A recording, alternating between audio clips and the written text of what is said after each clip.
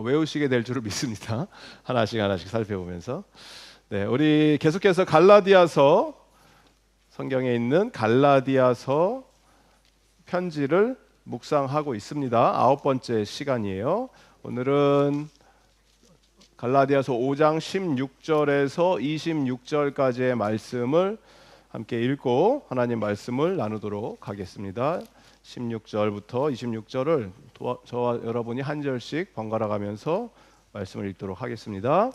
내가 또 말합니다. 여러분은 성령께서 인도하여 주시는 대로 살아가십시오. 그러면 육체의 욕망을 채우려 하지 않을 것입니다. 성령이 바라시는 것은 육체를 거스릅니다. 이 둘이 서로 적대 관계에 있으므로 여러분은 자기가 원하는 일을 할 수 없게 됩니다. 그런데 여러분이 성령의 인도하심을 따라 살아가면 율법 아래에 있는 것이 아닙니다. 육체의 행실은 환히 드러나는 것들입니다. 곧 음행과 더러움과 방탕과 우상 숭배와 마술과 원수 맺음과 다툼과 시기와 분냄과 분쟁과 분열과 파당과 질투와 술 취함과 흥청망청 먹고 마시는 그와 같은 것들입니다. 내가 전에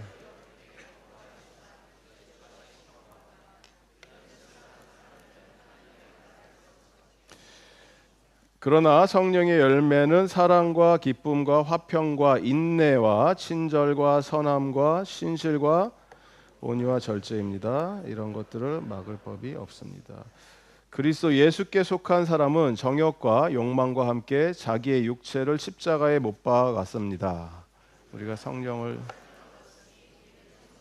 주심에 따라 살아갑시다. 우리 함께 읽습니다. 우리는 잘난 체하거나 서로 노엽게 하거나 질투하거나 하지 않도록 합시다. 아멘. 초인 우버멘시라는 제목으로 하나님 말씀을 함께 나누도록 하겠습니다. 이번 주에 정교인 캠프를 위해서 계속해서 여러분 좀 기도해 주시고, 특별히 이제 강사 목사님 한국에서 고신대학교 은퇴하셨죠. 고신대학교 명예 교수님이시고 지금 백석대학교 교수로 재직 중이시고, 이분이 아마 제가 봤을 때 한국 교회사에서는 탑 티어가 아닐까. 한국 교회 역사 이제 이 역사 전문가시거든요. 한국 교회 초대교회 역사, 그다음에 종교 개혁이 어떻게 일어났는지, 왜 개신교가 있고 카톨릭이 있는지, 이거 우리는 잘 모르잖아요. 왜 그게 이렇게 분열이 됐는지 그런 것들. 그다음에 호주 선교사님들이 제일 처음에 한 150여 년 전에 여기 호주에서부터 왜 한국이라고 하는 부산 이런 곳에 가갖고 그들의 젊은 20대 30대 젊은이들이, 호주 젊은이들이 생명을 내놓으면서까지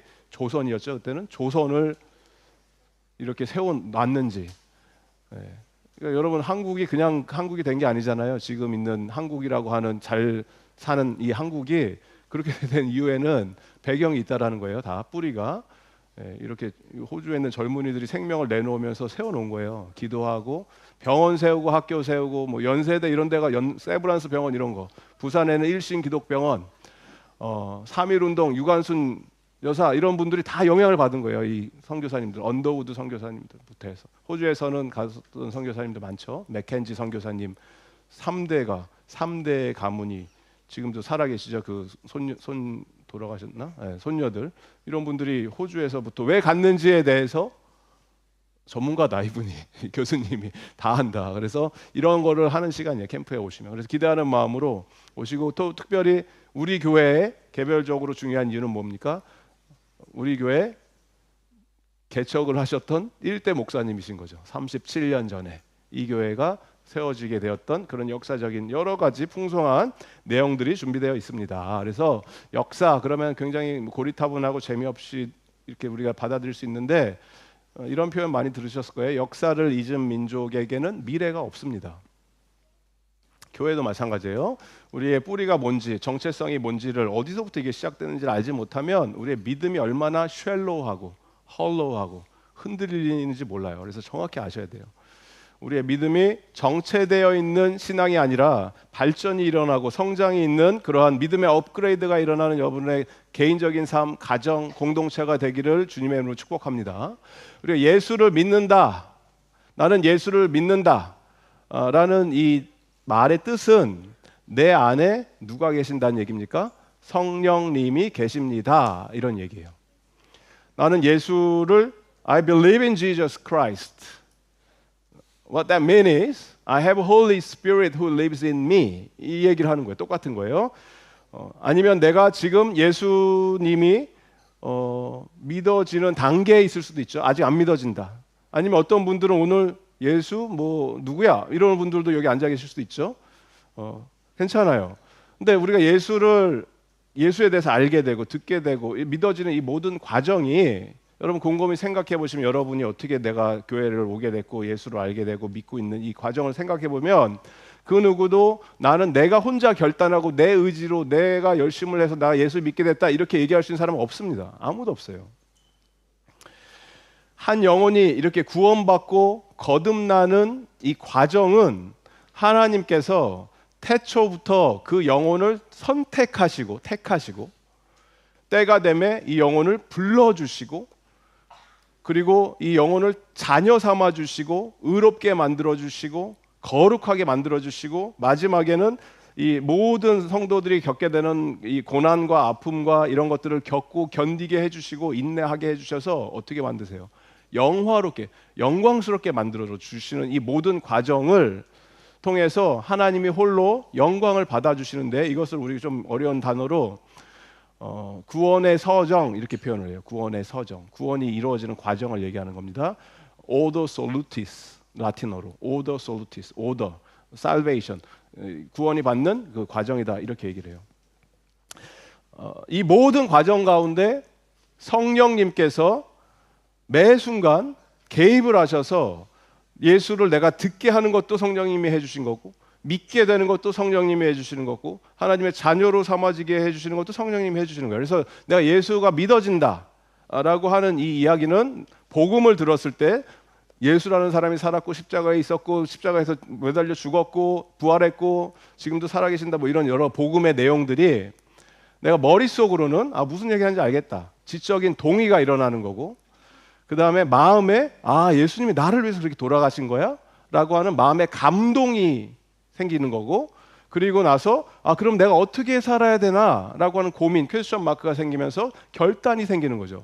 그래서 지정의가 모두 하나가 돼서 예수님을 이제는 내가 그냥 뭐 여기 뭐 저기 뭐 영화에 나오는 뭐 Jesus Christ 뭐 이런 그런 분이 아니라 한국 영화에서도 엄청나게 기독교를 까잖아요. 막 종교적인 내용을 가지고 예수 막 믿는 거 이상하게 만들고 그런 여러 가지 내용들이 있잖아요. 뭐 한국에서 문화적으로 컬처 서양에서도 마찬가지고. 그러면 이 모든 것들이 왜 이 지경까지 왔는가? 그게 굉장히 좋은 소재로 왜 사용이 되는 건가? 적어도 이런 고민들이 있을 거 아니에요. 그런데 예수가 어느 순간부터 나에게 예수님이 믿어지네? 예수님이 나의 주님이시네? 예수님이 나의 왕이라고 하네? 예수님이 나의 전부라고 하네? 라고 하는 이렇게 변화되는 과정을 통해서 예수님이 알게 되고 믿어지게 되고 예수님께 여러분의 인생을 다 내어드리며 그럼으로 인해서 복음의 충만함과 기쁨 내 인생의 목적과 방향이 선명해지는 것을 경험할 수 있는 저 여러분 되기를 바랍니다. 우리의 인생이 그렇게 지금 살아가는 거예요. 그래서 예수 복음을 내가 처음 듣고 예수를 믿는 그 순간 많은 우리 교회에 오시는 초신자들이 계시거든요. 제가 들은 소문으로는 오늘도 머리털 나고 교회에 처음 왔습니다라고 하는 분도 계세요. 지금 이 자리에 앉아 계세요. 누군지 몰라요, 저는 그분이. 그런 분들이 많이 오세요. 감사하게도. 그러면 내가 예수를 처음 이렇게 듣고 설교라는 걸 듣고 처음에 예수님을 믿게 되고 복음이 들어오면 많은 현상 중에 하나가 너무 기쁜 거예요. 기쁜 거. 그렇구나. 나의 모든 이런 부담감들, burden, 풀리지 않았던 인생의 문제들 이게 예수님이 다 해결해 주신다고 하네. 하나님 감사합니다. 그러면서 기쁨이 막 밀려오는 거죠. 구원받은 기쁨. 나는 천국의 자녀네. 죽으면 천국 가겠네. 뭐 이런 기쁨들이 밀려옴과 동시에 뭐가 밀려오냐면 끊임없는 내적인 갈등이 시작이 됩니다. 다 모든 게 다 problem solved, 다 행복합니다. 이렇게 살 수가 없어요. 예수를 믿게 되면 오히려 이런 막 부담감, 갈등, 부딪힘 이런 것들이 생기는 게 정상이라는 거예요. 바람직한 현상이다. 예수를 잘 믿고 있구나. 이렇게 여러분이 해석을 하시면 돼요. 왜냐하면 이런 고민 자체가 안 되는 게 오히려 더 목회자 입장에서는 더 고민이죠. 왜 저분이 예수를 처음 믿었는데 전혀 고민이 없지? 고민이 있어야죠. 왜냐하면 육체의 욕망을 따라 살던 것이 우리의 옛 모습이었는데, 옛 본성, 육체의 욕망, 그냥 이 세상에 먹고 사는 거, 어떻게 해야지 내가 먹고 살까? 돈의 문제, 재정적인 문제, 건강의 문제, 관계의 문제, 이게 뭐예요? 내 직업을 얻는 것, 우리 애들 어떻게 되나, 잘 먹고 잘 사는 것, 그냥 뻔한 고민들, 그냥 모든 세상 사람들이 다 하는 고민들, 이거의 뿌리는 뭐예요? 육체적인 욕망을 따라 사는 거예요. 그냥 옛 본성. 근데 여기서 성령님의 인도를 받기 시작하고 예수를 믿게 되는 순간 우리는 거듭난 삶, 새로운 인생을 살게 되는 거죠. 그래서 근본적으로 우리의 어떤 그 삶의 방향성과 목적과 나가는 것들이 충돌할 수밖에 없어요. 예전의 삶과 새로운 삶이 부딪힐 수밖에 없는 거죠. 갈라디아에 있는 성도들이 그걸 경험하는 거죠. 다 처음 예수를 믿게 된 거니까. 거기에 대해서 바울이 오늘 또 뭐라고 얘기를 합니까? 16절에 보시면 16절에 우리가 다 같이 한 목소리 읽습니다. 시작. 내가 또 말합니다. 여러분은 성령께서 인도하여 주시는 대로 살아가십시오. 그러면 육체의 욕망을 채우려 하지 않을 것입니다. 성령님이 아까 우리 안에 계신다고 했죠. 성령님이 계신다는 것은 내가 더 이상 육체의 욕망에 지배받지 않는다는 뜻이 아니고 여전히 이것만 꿈틀대는 거예요. 왜냐하면 내가 그렇게 수십 년을 살아왔는데 아직도 살아있죠. 그래서 이 육체의 욕망을 내가 있는다는 걸 인지하고 그거에 계속 도전을 받지만 거기에 끌려다니지 않는다는 거예요. 더 이상. 왜냐하면 나에게 또 다른, 나를 이끌고 가시는 또 다른 분이 계시는데 그것은 성령님께서 그거 아닌데 그렇게 하는 게 맞을까? 라고 퀘스천을 던지게 하시면서 내 안에서 이런 갈등, 거룩한 몸부림이 시작이 되는 거예요. 육신의 정욕을 따라 사는 것이 아닌 성령님의 인도하심에 이끌림을 받아서 주님이 이끄시는 대로 그렇게 살아갈 수 있는 저와 여러분 되기를 주님의 축복드립니다.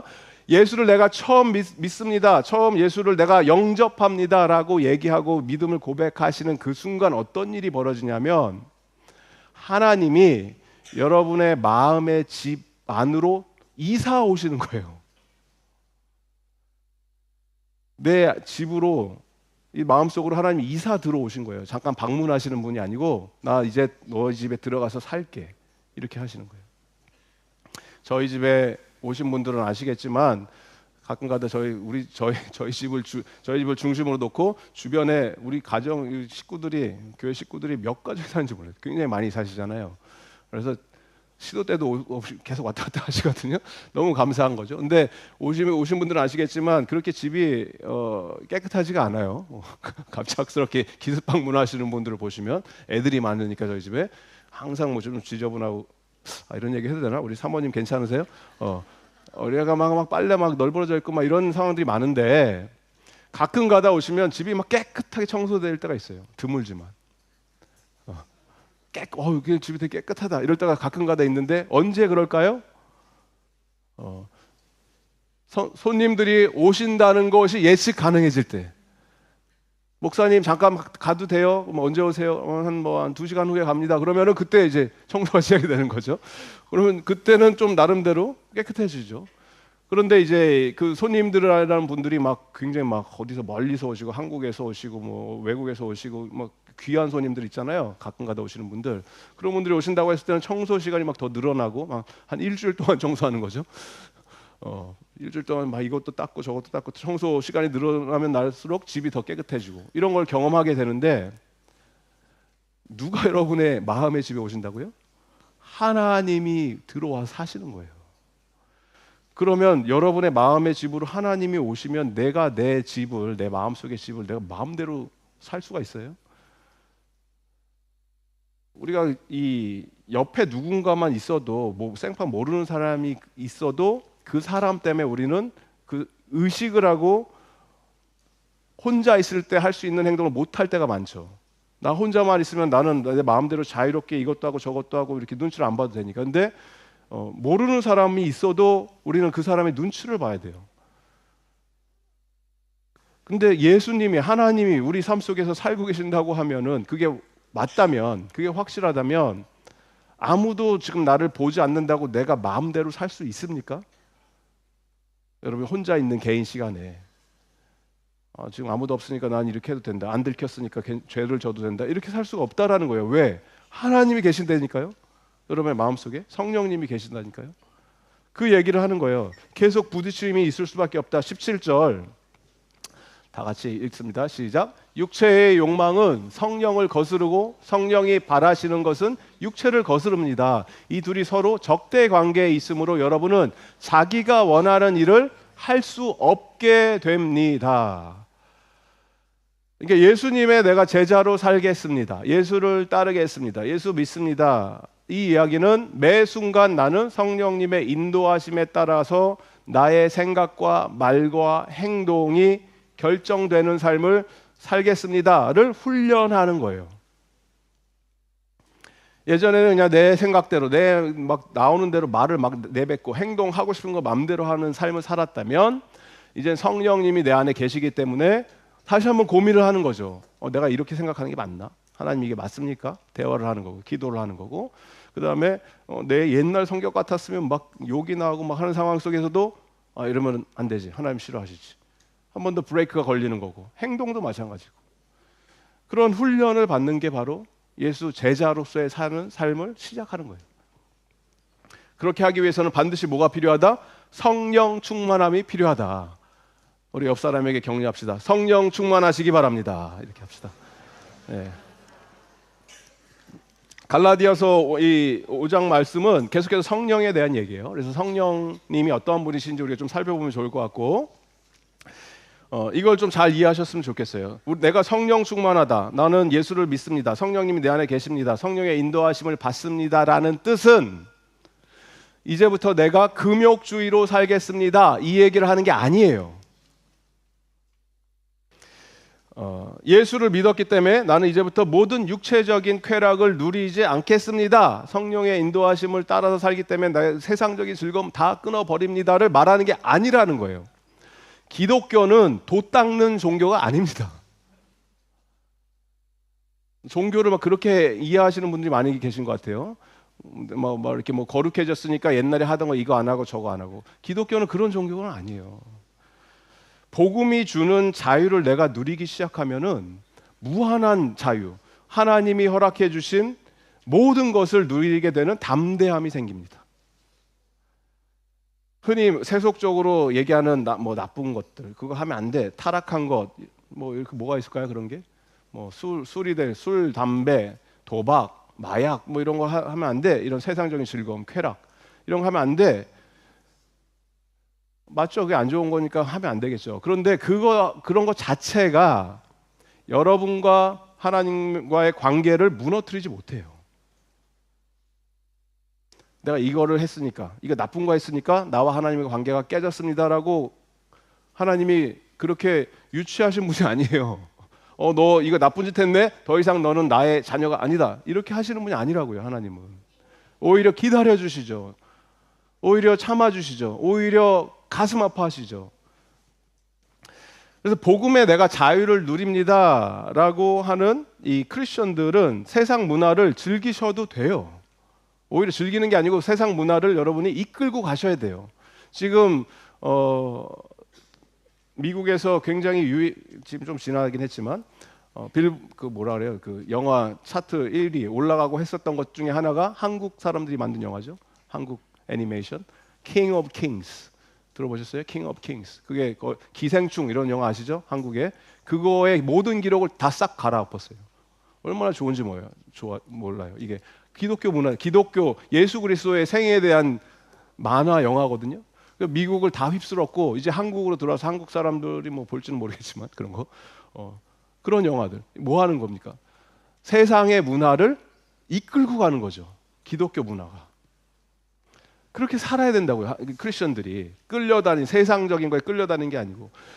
언제 우리가 크리스천이 세상 문화와 충돌하면서 문제가 생기냐면, 내가 예수님을 믿고 따르고 즐기고 좋아하는 것보다 세상적인 즐거움, 술이 더 좋고 담배가 더 좋고 세상적인 쾌락이 더 즐겁고 중요하다고 생각될 때, 내 우선순위에서 예수님은 저 멀리 점점 떠나가시고 세상적인 성공, 가치관, 세속주의적인 사상이 내 삶을 일상을 억누르는 그 순간, 나는 교회는 다니지만 뭐 믿음과 구원 이런 게 중요한 게 아니고 지금 당장 내 마음의 소원을 들어주세요.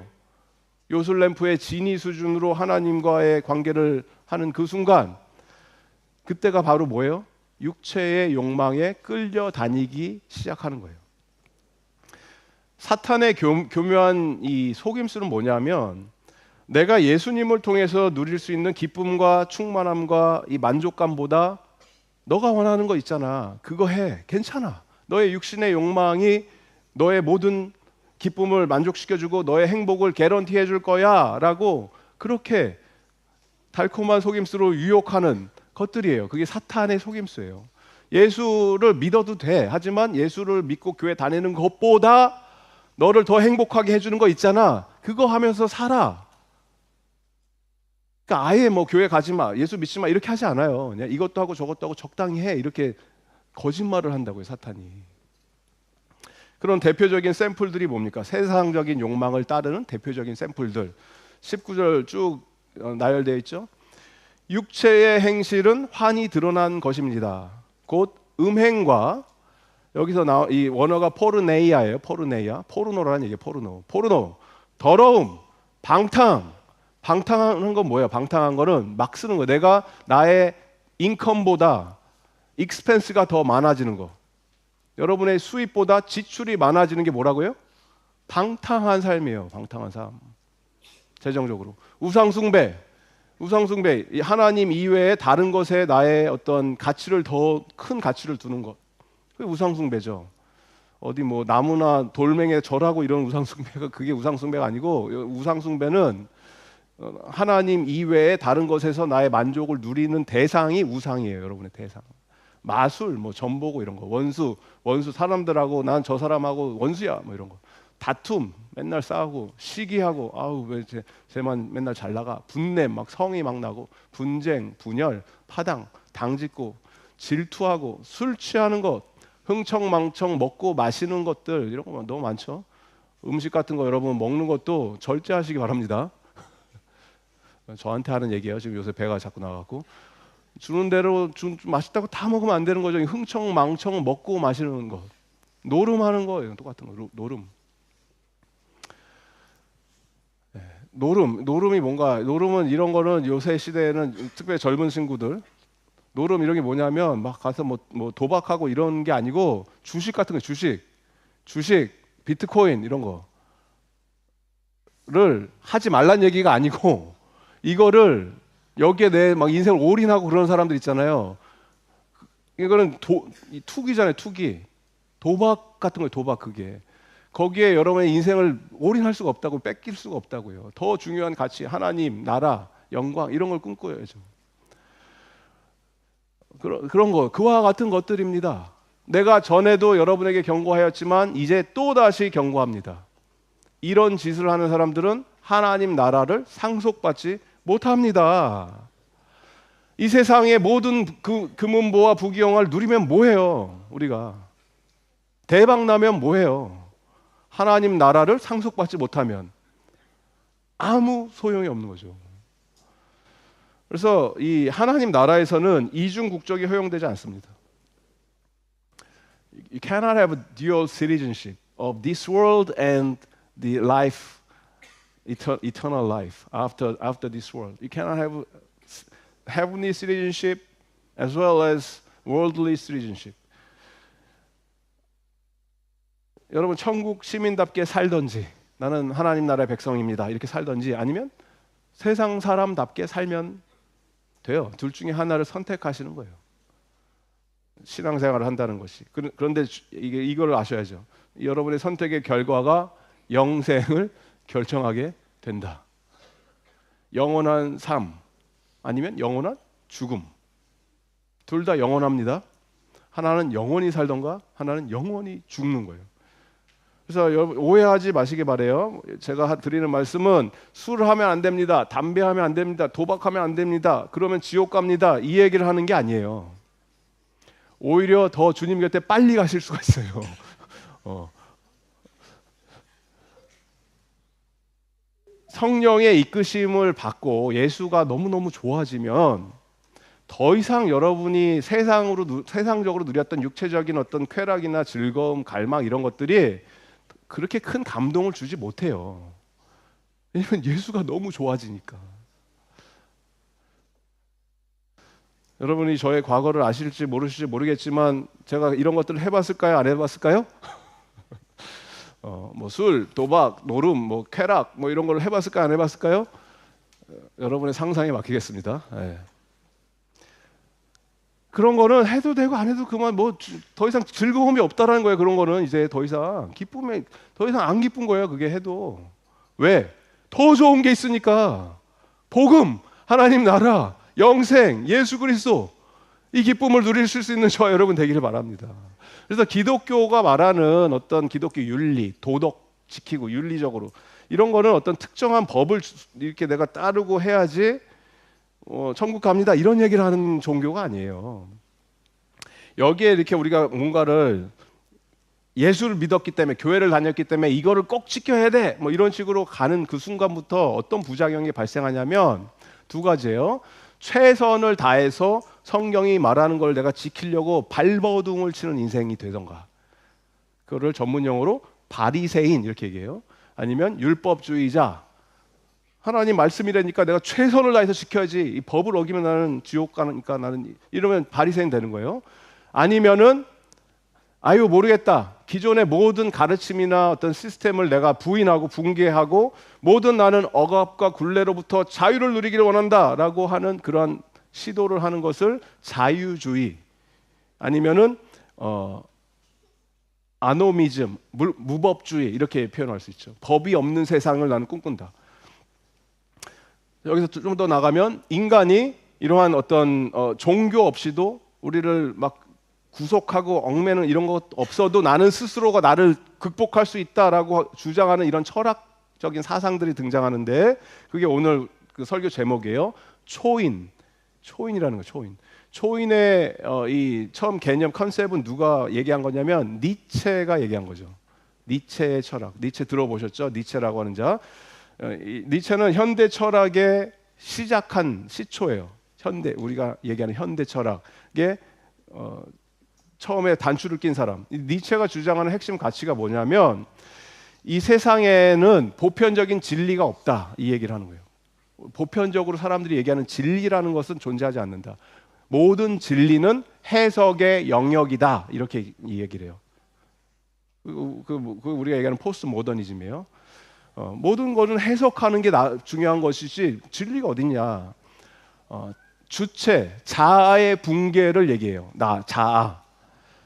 그 전에는 어떤 사상이 주류였냐면, 어떤 철학이 시대를 이끌었냐면 데카르트. I think, therefore I am. 나는 생각한다, 고로 나는 존재한다. 현실주의. 뭔가를 로지컬하게 이렇게 생각을 했던 거죠. 왜 세상이 이렇게 구성이 되어 있을까? 하나님은 어떤 분일까? 이게 하나님을 전제로 생각을 하는 거죠. 어떤 규칙이 있고 원리가 있고 진리가 있고 흔들리지 않는 근본이 있다. 이게 이제 데카르트가 주장했던 건데, 이거를 붕괴시키기를 원하는 거예요. 이 니체라고 하는 자는. 그런 게 어딨냐?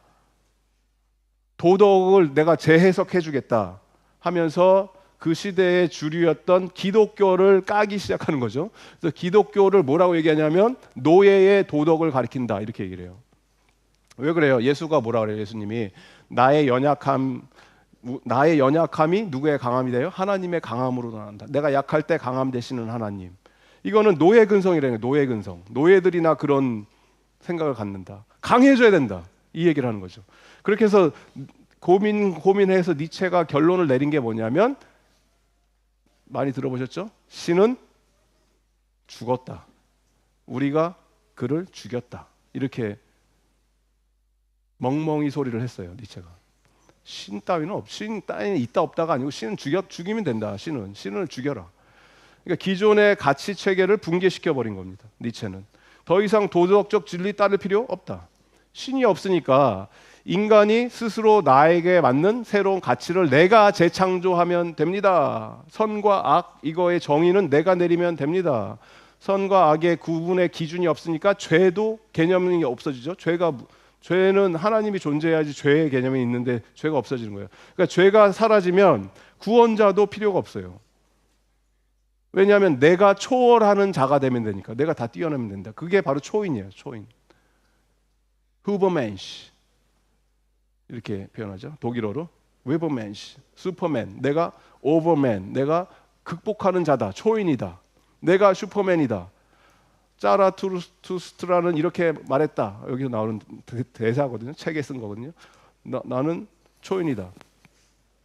인간은 어떻게 극복을 해야 되는 어떤 존재다. 이렇게 얘기하는 거예요. 그래서 세상이 막 정해놓은 규칙이나 이런 율법 이런 거 따라서 사는 게 아니고 내가 규칙을 정하고 법이 되면은 모든 문제가 해결된다.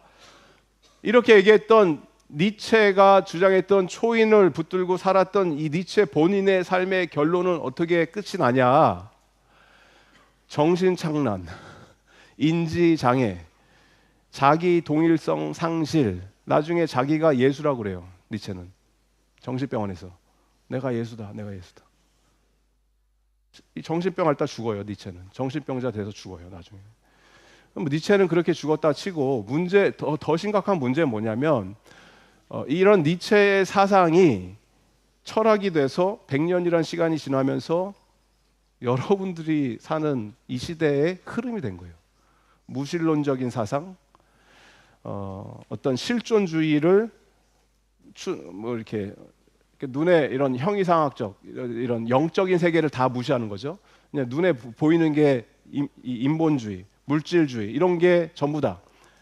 기존의 사상을 다 해체시키고 포스트 모더니즘, 믿는 대로 믿으세요, 마음대로 믿으세요 이런 파괴적인 사상들이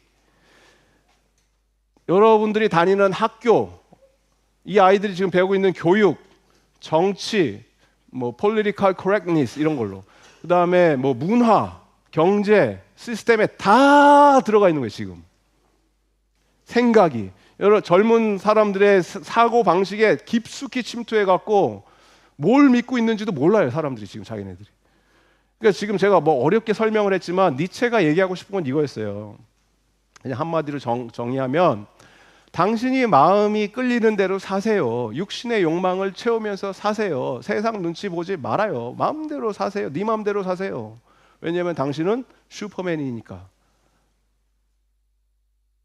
이 앨범 낸 가수가 있거든요. 지금 한국에 GD라고 후버맨, 이게 초인, 이게 니체의 사상을 듣고 막 열광하는 거예요. 젊은이들이.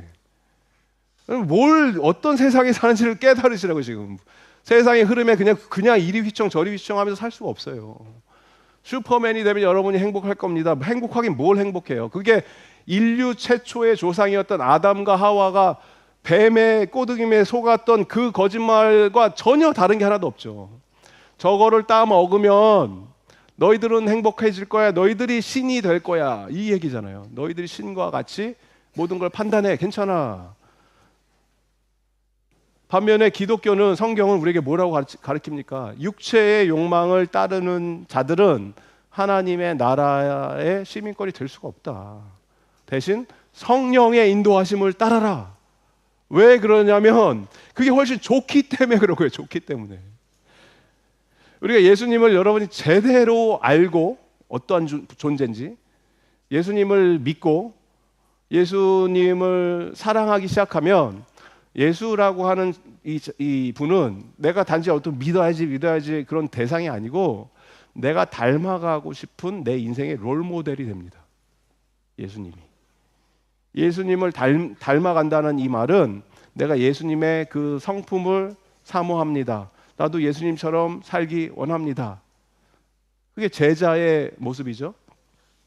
이 학생들이 훌륭한 스승이 있을 때 그 선생님의 가르침을 잘 새겨 듣고 나도 그렇게 살기 원합니다. 선생님처럼 되기 원합니다. 라고 열심히 노력하며 따라가는 것처럼 우리가 예수의 제자라면 예수님을 따른 학생들이잖아요. 그럼 우리의 스승님이신 예수님처럼 되기 위해서 그렇게 예수님처럼 생각하고 예수님처럼 말하고 행동하고 그렇게 살기 위해서 100% 못 쫓아간다 하더라도 애쓰는 거예요. 그렇게 되려고 애쓴다. 그게 제자의 삶이라는 거예요. 제자. 예수님. 여러분 예수님의 제자이십니까? 모든 기독교인은, 크리스천은 예수님의 제자예요. 나는 예수를 믿지만 예수님의 제자는 아닙니다. 그거는 예수님 안 믿는 거예요. 왜냐하면 예수님이 제자들에게 말씀하셨던, 너희는 가서 모든 민족과 나라와 백성을 뭐 만들으라고요? 제자로 삼아라, 이렇게 얘기를 하셨잖아요. 너희는 가서 뭐 전도하고 선교해갖고 교회 막 삐까뻔쩍하게 크게 세우고 더 큰 교회 세워서 수백 명 수천 명 모아서 끌어모아서 메가처치 되라, 이런 말씀을 하신 적이 없어요. 예수님은. 그게 그 교회 성공이 아니에요. 착각하지 마세요, 여러분. 교회가 잘 되고 부흥하고 거룩하고 아름답고 건강한 것은 여러분 한 명 한 명 한 명이 누가 돼야 돼요? 예수님의 제자로서 살 때, 그게 바로 건강한 공동체가 되는 거예요. 예수님이 이 제자들에게, 내가 너희들에게 가르침을 이렇게 줬지만 이제는 난 떠나 작별 인사할 시간이 됐다. 근데 나는 너희들을 고아처럼 두지 않는다. 너희들에게 특별한 선물을 줄게 라고 하시면서 누굴 주십니까? 성령님을 보내주셨죠. 그래서 성령님이 우리 가운데 계신다라는 거예요. 그래서 예수님이 언제나 나는 너희들과 함께 할 거야 말씀을 하셨는데 굿바이 하면서 가셨어요. 그럼 거짓말 하신 게 아니고 누가 오신 거예요? 성령님이 오신 거죠. 그리고 성령님의 임재는 바로 뭐예요? 삼위일체 하나님의 거룩한 임재가 내 안에 있는 거죠. 그러니까 아버지와 성령님과 아들, 삼위일체의 하나님 아버지 완벽한 임재를 우리는 누리면서 사는 거예요. 성령님이 내 속에 계신다는 것이. 그래서 예수를 내가 믿습니다. 예수님 잘 모르겠지만 한번 믿어보렵니다. 그렇게 여러분이 다 하셨으리라 믿고 그렇게 하실 거라 믿고, 그러면 하나님은요 어느 순간 여러분 인생에 훅 들어오세요. 훅 들어오셔서 작업이 들어가시고, 그 분을 우리는 이제 성령님이 함께 하신다 이렇게 얘기하면 어떤 희한한 현상이 발생하는데, 인생에 뭐냐면 여러분 인생에서 열매가 맺히기 시작합니다. 열매. 이걸 우리는 성령의 열매 이렇게 얘기하죠. 이 열매가 맺히기 위한, 집에서 이 과수 하시는 분들 계시죠. 나무 키우시고 열매 이렇게 하시는 우리 장로님이, 집에 우리 김기현 장로님 감나무가 주렁주렁 매달려서 홍시를 가끔가다 이렇게 해서 주시면은 그게 그렇게 맛있거든요. 나중에 저희 장로님하고 친해지시면 그 홍시 하나 하시면 주실 수 있어요. 예. 레몬이 필요하신 분들은 임금희 권사님한테 가시면 되고 무화과 필요하신 무화과 있는데 무화과 이런 것들, 이런 열매가 주렁주렁 맺히기 위한 조건은 뭐냐면, 열매 자체가 노력할 건 아무것도 없죠. 열매가 무슨 노력을 해요? 열매는 뭘 해야 돼요? 단지 건강한 나무에 붙어 있으면 되는 거예요. 마찬가지로 여러분이 나 성령의 열매가 맺히기 원합니다. 뭐 사랑의 열매, 기쁨의 열매, 화평의 열매, 인내의 열매, 선의 열매, 뭐 오래 참음의 열매, 이런 열매를 맺히기 원합니다라고 해서 맺혀지는 게 아니고 어떻게 해야 된다고요? 누구에게 붙어 있어야 돼요? 예수 그리스도라고 하시는 이 분 안에서 내가 뿌리를 내리고 붙어 있으면 애쓰지 않아도 이런 아름다운 성령의 열매가 여러분의 인생 가운데 주렁주렁 맺히게 될 줄을 믿습니다. 이 열매, 9가지 열매, 우리 다시 한번 읽어볼까요? 22절, 23절 이런 열매들이 있어요. 이 사모하는 마음으로 한번 우리가 함께 읽으면 좋을 것 같은데, 이 성령의 열매에 대해서 다음 주는 캠프 가니까 못하고 그 다음 주부터 저희들이 돌아가면서 그 시리즈로 설교를 할 거예요. 그래서 제가 전도사님들한테 부탁을 했어요. 전도사님들이 가장 자신 있는 거, 원하는 것을 하나씩 선택해라. 나는 이런 게, 난 사랑이 많다, 기쁨이 많다, 뭐 인내할 수 있다, 이런 거 선택해라 했더니 뭐 하나 정도 할 줄 알았더니 김성인 전도사님 3개나 선택을 해갖고 3번 설교하게 됩니다. 네, 기대하시기 바랍니다. 성령의 9가지 한번 함께 읽습니다. 시작. 그러나 성령의 열매는 사랑과 기쁨과 화평과 인내와 친절과 선함과 신실과 온유와 절제입니다. 이런 것들을 막을 법이 없습니다. 성령의 9가지 열매가 맺힌다고 하는데 이 공통점은 뭐냐면 사랑도 그렇고 기쁨도 그렇고 뭐 희락도 그렇고 이런 모든 이러한 공통점이 이러한 나의 유익이 나에게 사랑이 있고 기쁨이 있고 평강이 있으면 거기서 그치는 게 아니에요. 이게 어디로 가요? 타인에게 흘러가는 관계 속에서 형성이 되는 것들이에요. 그렇죠. 내가 사랑이 있으면 이 사랑의 마음이 누군가에 가는 거죠. 전달되는 거죠. 나의 기쁨 화평케 하는 것도 마찬가지고 나에게 하나님이 흘러넘치는 평강을 허락해 주시면 그 평강이 내 자녀들에게 내 남편에게 흘러가는 거예요. 선순환이 일어나는 거죠. 나의 유익이 타인에게도 전달이 되니까. 나의 기쁨이 타인의 기쁨이 돼야 되고 나의 희생이 누군가의 행복이 되고 나의 섬김이 공동체의 기쁨이 되고 이런 거죠. 그래서 이 모든 열매를 곰곰이 생각해 보시면 관계성에서 이루어지는 것들이고 결국에는 뭘 반영하냐면 예수 그리스도의 성품이에요. 예수님의 모습이죠. 완벽한 인간의 모습. 그래서 이거에 대해서 좀 더 깊이 오늘 뭐 다 할 수가 없으니까 하나씩 한 줄씩 돌아가면서 그렇게 살펴보도록 하겠습니다. 말씀의 결론을 맺습니다. 적용을 했으면 좋겠어요. 여러분이 성령의 인도함을 받게 되면, 다시 말해서 예수를 믿게 되면 여러분의 인생의 방향과 삶의 질이 180도 바뀝니다. 나 예수 믿어서 뭐 예수 천국 불신종, 예수 믿어서 나 천국 가니까 나는 이 세상에 마음대로 살아도 됩니다, 이런 게 아니에요. 지금 사는 내 인생의 방향성이 설정이 되고 내가 앞으로 살아가야 되는 목표가 선명해져요. 애매모호하게 그렇게 살지 않아요. 더 이상 뚜렷한 방향성을 붙들고 살게 돼요. 24절, 그리스도 예수께 속한 사람은 정욕과 욕망과 함께 나의 육체를 어떻게 했어요? 십자가에 못 박았습니다. 죽었습니다. 나는 예전에 내가 꿈꿨던 나의 뭐 소망, 희망, 내가 이렇게 됐으면 좋겠다 했던 것들이 다 십자가에 못 박힌 거예요. 더 이상. 그러니까 내가 살지만 내가 사는 게 아니죠. 내 안에 그리스도께서, 예수님께서 사시는 거예요. 그때부터. 내가 예수님을 믿고 따르면 예수 제자 공동체의 일원으로서 살아가면서 더 이상 나의 삶이 예전과 같지 않습니다. 성령의 인도하심을 받기 때문에 인생의 방향이 바뀌었고 목적이 바뀌고 그렇기 때문에 삶의 결과가 바뀌게 되죠.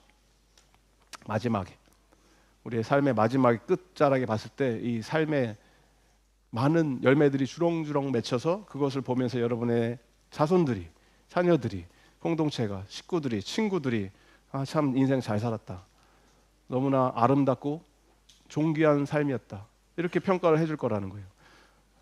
그 사람의 평가는 중요하지 않고 하나님이 보셨을 때 정말 잘했다, 착하고 신실한 나의 종아, 이러한 칭찬받을 수 있는 저 여러분 되길 바랍니다. 25절, 26절 우리가 한 목소리 읽습니다. 시작. 우리가 성령을 삶을 얻었으니 우리는 성령이 인도해 주심을 따라 살아갑시다. 우리는 잘난 체하거나 서로 노엽게 하거나 질투하거나 하지 않도록 합시다. 성령의 열매가 여러분의 인생에 주렁주렁 맺히기를 주님의 이름으로 축복합니다. 우리가 서로 사랑하게 될 것이고 언제나 기쁨이 넘치게 될 것이고 마음의 평강이 찾아오게 될 거예요. 세상이 뭐 전쟁이 나고 지진이 나고 무너지고 자녀들이 뭐 아프고 난리를 쳐도 여러분에게 세상이 주지 못하는 뭐가 찾아온다고요? 평강이 찾아와요. 샬롬. 모든 상황을 인내할 수 있게 되고 서로에게 친절하게 대할 수 있게 되고 선을 베풀고 신실하고 온유한 성품을 갖게 되고 가장 중요한 것, 내 인생을 내가 컨트롤하게 됩니다. 이게 바로 셀프 컨트롤. 절제하는 인생. 이것이 세상 사람들이 꿈꾸는 초인의 삶이에요. 초인. 후버맨시. 슈퍼맨이 되는 길인데 내 스스로 그거를 개척해서 되는 방법은 없고 불가능하고 G드래곤 노래 따라 부른다고 그렇게 되는 거 아니고 예수님 안에 거하는 자들이 슈퍼맨이신, 다 초월하신 예수님처럼 살게 돼요. 세상이 간절히 기다리는 그러한 삶을 살게 될 때 예수 안에 있는 자들, 성령 충만한 자들이 어지럽고 무너져가는 이 혼란스러운 세상에 빛을 비추며 하나님의 나라가 확장되는 것을 경험하게 될 줄을 믿습니다. 성령님 오시옵소서, 성령님 우리를 채워주시옵소서. 우리가 그렇게 주장하면서 하나님께 찬양의 자리로 나갑시다. 다 함께 일어나셔서 주님을 찬양했으면 좋겠습니다.